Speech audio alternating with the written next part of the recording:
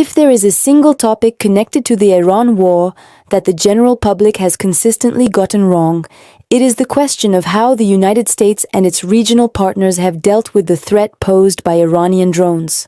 This misunderstanding is not minor. It runs deep, and it has shaped the way a lot of people talk about the war in ways that are simply not accurate. So today, we are going to fix that. We are going to go through everything carefully, layer by layer, and by the end of this video, you will have a much clearer picture of what is actually happening. And more importantly, why it is happening the way it is. Before we dive in, let me set some context, because context is everything when it comes to understanding military strategy. If you have been following the war in Ukraine even casually, you already know that long-range drones have become one of the defining weapons of that conflict. Every single day, Ukraine faces incoming swarms of these machines, sometimes dozens, sometimes hundreds. Ukrainian air defense crews intercept the vast majority of them, but some always get through, and those that do get through can do enormous damage to infrastructure, to power grids, to civilian neighborhoods. The threat is real. The scale is real. Now here is the part that a lot of people gloss over. Those drones being launched at Ukraine are not truly Russian in their origin. They are Iranian-designed drones that Russia has been licensed to manufacture domestically. The Shahed family of drones developed in Iran forms the backbone of this campaign. So when you hear about Russia firing Shaheds at Kyiv, you are essentially watching Iran's drone doctrine being deployed through a Russian proxy arrangement. Once you understand that, a very simple question follows. If a war breaks out with Iran itself, the country that invented and exported this entire drone strategy, would it not be completely obvious that Iran would use its own drones against countries involved in that war? Of course it would. And yet, when exactly that started happening, a surprising number of people acted shocked. The outrage and the confusion, when drones began striking targets across the Middle East, hitting installations in Saudi Arabia, in the United Arab Emirates, targeting U.S. military bases, and striking assets belonging to partner nations. The outrage was immediate, and the comparison to Ukraine came right along with it. People started asking, how is it possible that Ukraine, a country with a pre-invasion economy, worth only around $200 billion, manages to intercept Russian drones so effectively using cheap interceptors that cost tens of thousands of dollars each, while the United States and its wealthy Gulf partners are apparently letting drones slip through and spending millions per shot when they do manage to intercept them? That is a fair question on the surface, but it is built on several faulty assumptions. And those faulty assumptions have been circulating in news coverage and in online commentary ever since. The confusion hit a kind of peak moment when Iran, or one of the groups it supports in arms, carried out a strike on a British airbase located in Cyprus. That strike prompted the United Kingdom's Prime Minister Keir Starmer to make a public statement about reaching out to Ukraine to get help with drone interception techniques. And then, with very good political instincts, because the survival of Ukraine still depends heavily on continued arms shipments from coalition partners, Ukrainian President Volodymyr Zelensky responded warmly, saying he would be more than happy to provide that assistance. It was a diplomatic moment that generated a lot of headlines, but it also reinforced a narrative that is fundamentally misleading. The narrative goes something like this. Western countries and their Gulf partners are clueless about stopping Iranian drones. Ukraine knows exactly how to do it, and this critical knowledge transfer is just now getting started. That narrative is wrong on multiple levels. Let me explain why. Part 1. What cooperation already exists? Let us start with the claim that Western countries do not already know how Ukraine intercepts Shahed drones. If you have followed this channel for a while, you have probably heard me talk about the relationship between NATO and Ukraine when it comes to tactics and technology. And that relationship is not one-directional. It is not simply NATO telling Ukraine what to do. Early in the war, yes, there was a lot of Western instruction flowing toward Ukraine. NATO advisors were helping Kyiv understand how alliance members fought, what doctrine they followed, and how they integrated different systems. But within roughly the first year of the conflict, something shifted. Modern warfare was evolving fast enough that Ukraine started generating its own lessons that Western militaries needed to hear. The flow of knowledge reversed. Ukraine began teaching NATO, not just learning from it. So, when Prime Minister Starmer framed the outreach to Ukraine as if it were a new conversation, as if Western countries were only now waking up to the need to learn from Kyiv's experience with drone interception, that framing was, to put it plainly, factually wrong. And the reason it is wrong is sitting right there in Poland. There is an institution called the Joint Analysis, Training and Education Center. The acronym is JETEC. Its entire purpose, its entire reason for existing, is to make sure that both Ukraine and NATO alliance members are continuously sharing what they know, what tactics are working, what weapons are performing as expected, what innovations have appeared on the battlefield, and yes, what methods have proven effective at shooting down Shahids. JETEC is not a secret, it is not a mystery. It has been running for some time, and it processes exactly the kind of operational knowledge that the Starmer statement implied nobody in the West yet possessed. On top of that, let us think about where Ukraine gets its drones from. Kyiv produces a tremendous number of one-way attack drones domestically. Ukrainian engineers and manufacturers have become remarkably productive. But Ukraine also imports drones from partner countries. That import stream covers a wide range. Basic quadcopters used by frontline soldiers all the way up to dedicated interceptors designed specifically to take down Shahids. Some of those interceptors are designed in European NATO member states, shipped to Ukraine, and then tested in real combat conditions. I personally attended one of NATO's technology showcases last fall, held just outside Istanbul. That event featured interceptor systems built by allied nations and evaluated on the Ukrainian battlefield. People were standing in a conference room discussing the exact interception strategy that, months later, Starmer's comments implied was a complete mystery to Western governments. It was not a mystery then. It is not a mystery now. The conversation has been happening, and the full process, detection, tracking, handoff, and final interception of Shahids is not classified knowledge. I have made a dedicated video on the entire workflow. It is public. It has been public for a long time. Ukrainian teams have traveled. British teams have traveled. There have been conversations in Poland, conversations across the Atlantic, conversations at every level of the alliance.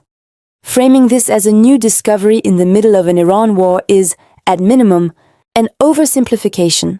And in some ways, it is just misleading. Now, where things get more interesting is when you look at what might actually be happening right now that is genuinely new. My best interpretation of the current diplomatic exchange is this. Ukraine may be physically sending teams to partner countries in the region, not just sharing documents or hosting briefings, but deploying personnel along with actual equipment to provide direct air defense assistance. That is a different kind of help than information sharing. That is operational involvement. And naturally, if Ukraine is sending teams and equipment abroad, it is receiving something in return. Most likely that means heavier interceptors, which Kyiv has been lobbying for since, essentially, the beginning of the war. That kind of exchange makes practical sense for both sides. The timing also makes sense in a way that tends to get overlooked. Before the Iran war began, Ukrainian teams were fully occupied. There is still a war being fought on Ukrainian soil. You cannot exactly pull specialists off the front and send them to Cyprus or the Gulf when they are actively defending Kharkiv. But once the Iran war started and certain things became clearer, including what cards Zelensky had left to play, the calculation changed. Zelensky still has leverage. He is using it. He is demonstrating that Ukraine remains a meaningful player even while fighting for its own survival. That is impressive. That is good diplomacy. Part 2. The actual U.S. counter-drone strategy. Now let us get to the second and more consequential misunderstanding.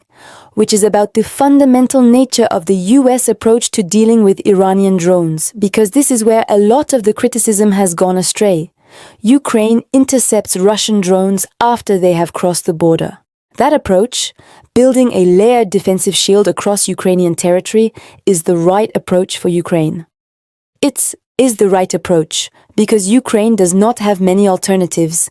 Yes, Ukraine has its own long-range drones, and yes, some of those drones target Russian drone factories. Refineries get the most attention, but drone production facilities are also on the target list. However, Ukraine's capacity to hit those targets is limited. And while one-way drones have become an iconic weapon of this war, they do not carry enough explosive payload to reliably destroy a hardened, well-protected industrial facility like a major drone manufacturing plant. So Ukraine defends, Ukraine builds the shield. That is the rational choice given its constraints. The United States is operating under a fundamentally different doctrine, and that difference is important. U.S. military doctrine in this conflict follows the principle that the best defense is a powerful offense. Rather than trying to intercept every incoming drone, rather than spreading defensive systems across a massive geographic area and hoping the net is wide enough, the United States is focusing its energy on destroying the problem at its origin. Warehouses, production, facilities, launch platforms, logistics chains. If you eliminate the ability to produce and deploy drones in the first place, you never have to intercept them. You solve the problem upstream. The obvious advantage of that approach is efficiency. One strike on the right warehouse eliminates dozens or hundreds of future drone launches. One strike on the right factory disrupts production for months. Compare that to shooting down individual drones one at a time, and the math is clear. The disadvantage, and this is crucial, is that executing this strategy requires an exceptional ability to project power.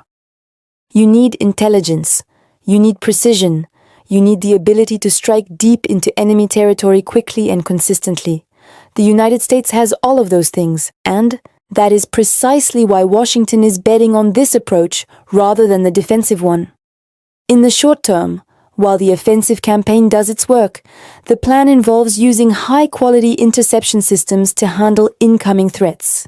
Patriots and THAAD systems take care of ballistic missiles, and occasionally a Shahed that is deemed high priority enough to warrant the cost. Fighter jets patrol the airspace and shoot down the bulk of the drone swarms.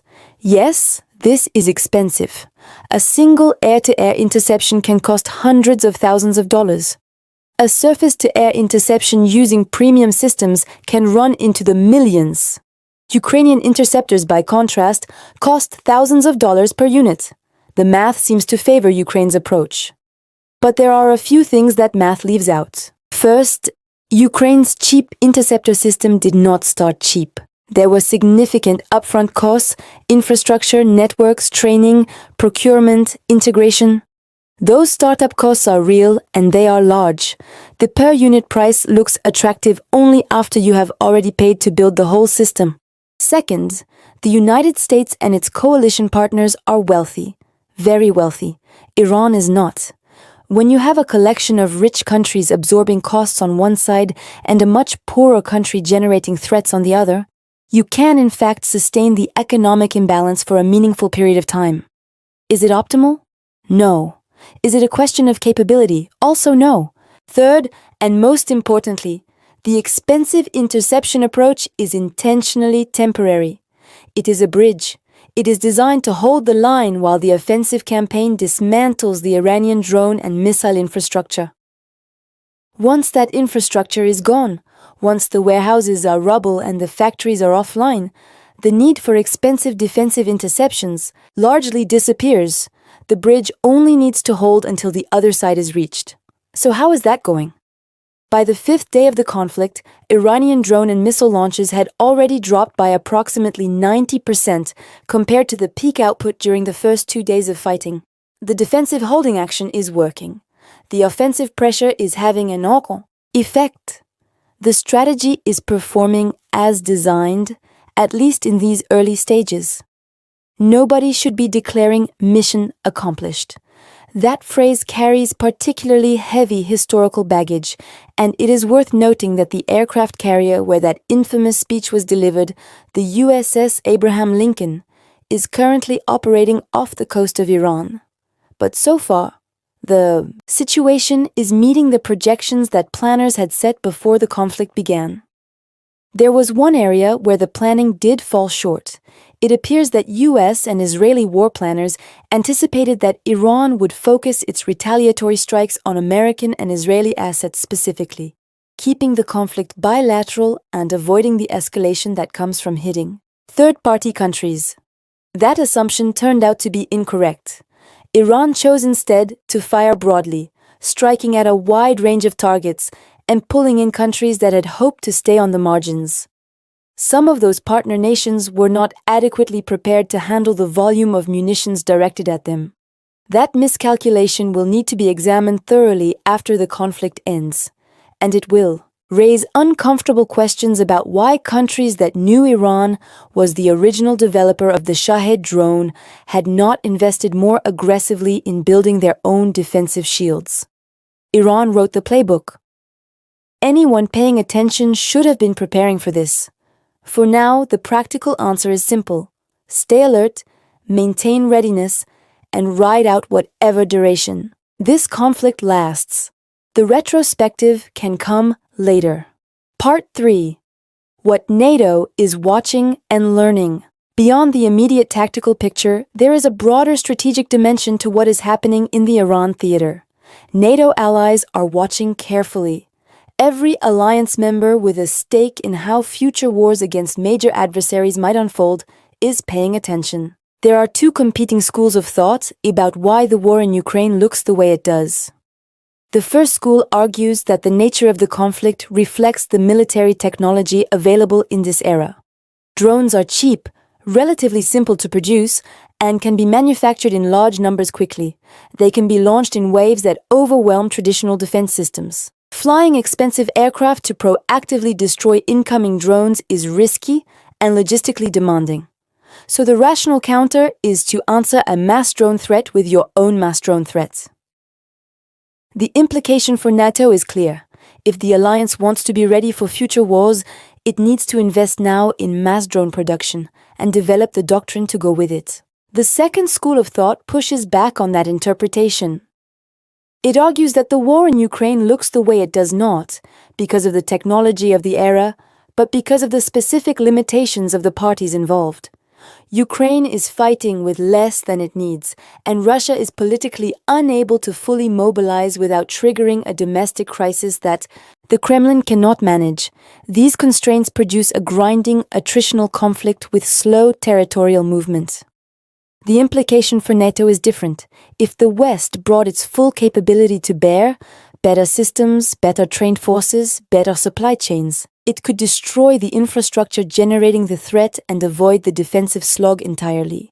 The Iran conflict is now functioning as a live test of these two theories. So far, with the United States establishing air superiority quickly and systematically targeting the Iranian threat at its source, the evidence is trending toward the second interpretation. The lack of Ukrainian power projection capacity appears to explain the nature of the Ukrainian war more than the technology of the era does. But this conclusion comes with important caveats. It is still early in the Iran conflict. Iran, for all of its capabilities, is not as militarily sophisticated as Russia across the board. And the geographic distances involved are dramatically different. Russia spans vast territory that provides depth and room to disperse assets, while Iran is a much more compact problem for power projection purposes. So the comparison has limits. NATO's current doctrine remains oriented around seizing and maintaining air control, cutting off Russian supply lines systematically, and ultimately forcing a collapse of operational capability through exhaustion and starvation of resources. Russian drone operators cannot function if they cannot be supplied. Russian soldiers cannot fight if they cannot be fed. The alliance is betting on making that happen from the air, and the Iran experiment is providing data points that either support or challenge that bet. The alliance is hedging its bets, of course. The information transfer at JetTech continues. Allied Countries continue making investments in drone development and production capacity. Nobody is abandoning the defensive approach entirely. They are simply watching to see which model holds up better when tested against a real adversary in real conditions. Part 4. The network problem in the Middle East. One of the less obvious reasons why Gulf countries have not built Ukraine-style drone defense networks has to do with geography and politics in equal measure. And understanding this helps explain why the problem in the Middle East is genuinely harder to solve than it might appear. Look at a regional map. Now think about the flight path of a Shahed drone launched from Iranian territory toward a target in, say, Saudi Arabia or the UAE. That drone does not fly through a single country's airspace. It potentially crosses through multiple national territories before reaching its destination. Tracking it, handing off responsibility for engaging it, and ultimately shooting it down requires coordination across borders. It requires multiple countries' air defense systems to talk to each other in real time. It requires shared data, shared protocols, agreed upon rules about who shoots when and at what. That is a network problem. And network problems require network solutions. Ukraine is effective at this because Ukraine is one country. Ukrainian air defense regions communicate with each other constantly. The network is coherent. When a Shahed enters Ukrainian airspace and begins its journey toward a target city, the tracking and interception process flows through a unified national system. That coherence is a significant advantage. The Middle East does not have that coherence.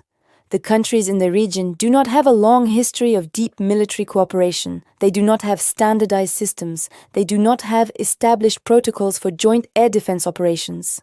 Building that kind of network from scratch, across multiple sovereign nations with sometimes competing interests, is an enormous undertaking that requires years, possibly decades, of sustained political will and military investment. For comparison, consider Europe. European NATO members have a much stronger foundation of political cohesion and prior military cooperation. Building a regional air defense network across Europe is still difficult, but the baseline is far better than in the Middle East. And even with that advantage, NATO is only now working on a serious blueprint for a continental-level defensive shield. The program is called LCIX.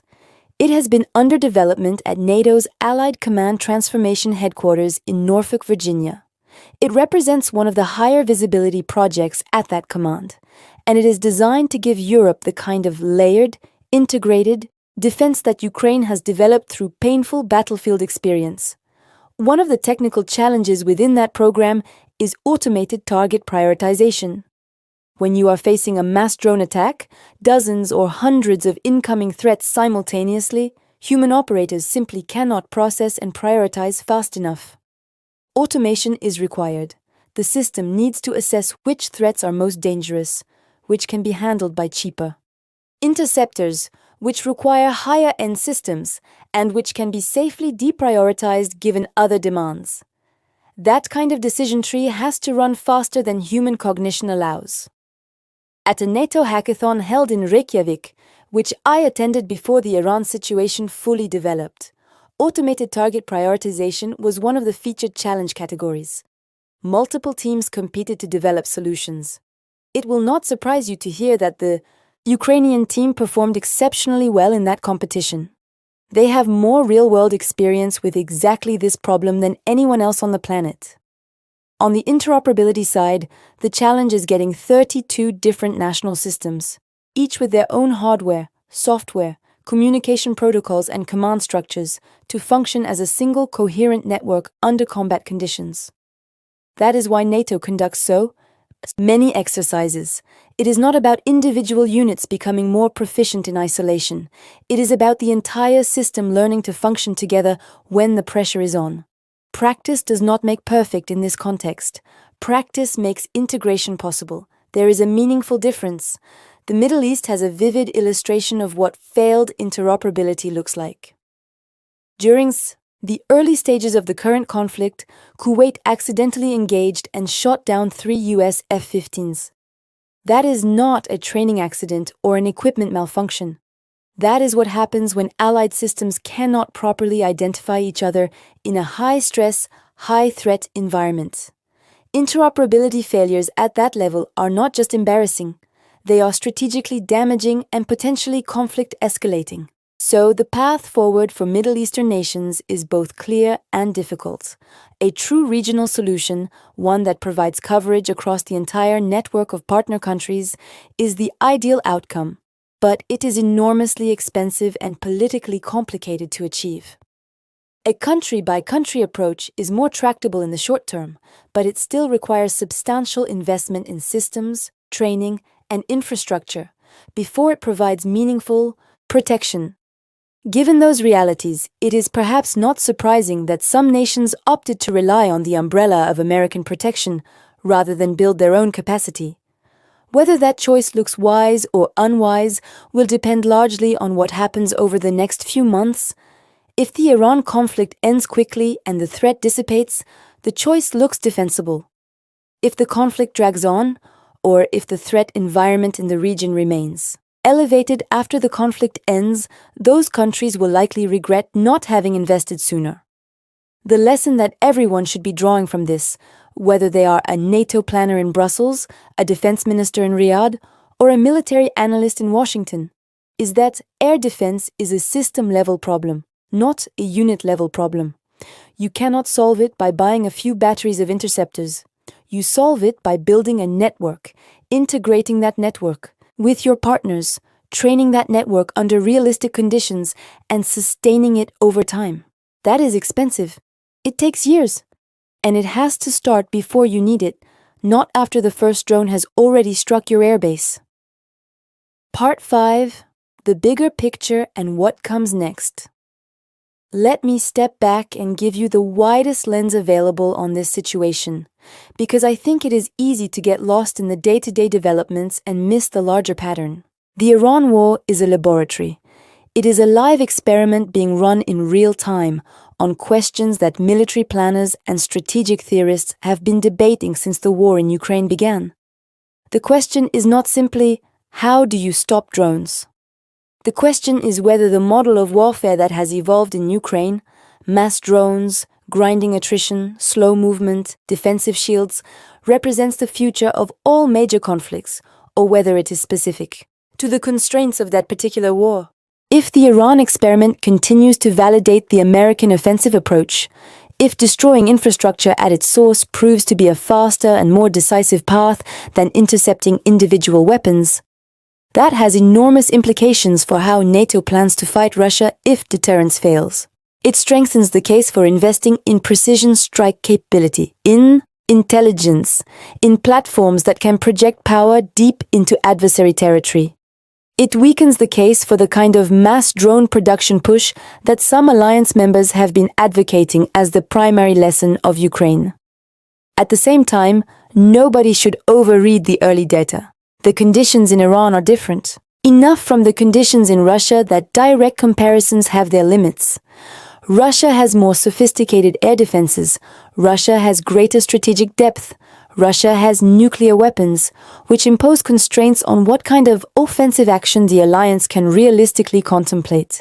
The Iran experiment is useful data. It is not a complete answer. Meanwhile, the war in Ukraine grinds on, and it produced an interesting development that got buried under all the Iran news. February saw Russia actually lose some ground by certain measures. That is unusual. It appears to be a consequence of Starlink services going dark for Russian forces temporarily, a disruption that degraded their coordination and situational awareness enough to produce localized Ukrainian gains. It is probably a one-time anomaly rather than the beginning of a sustained Ukrainian offensive. But it is worth noting because it demonstrates how dependent modern warfare has become on digital infrastructure and connectivity. The human dimension of all this matters too. Russian drone operators cannot function without food and supplies. Russian soldiers cannot maintain operational tempo without logistics chains.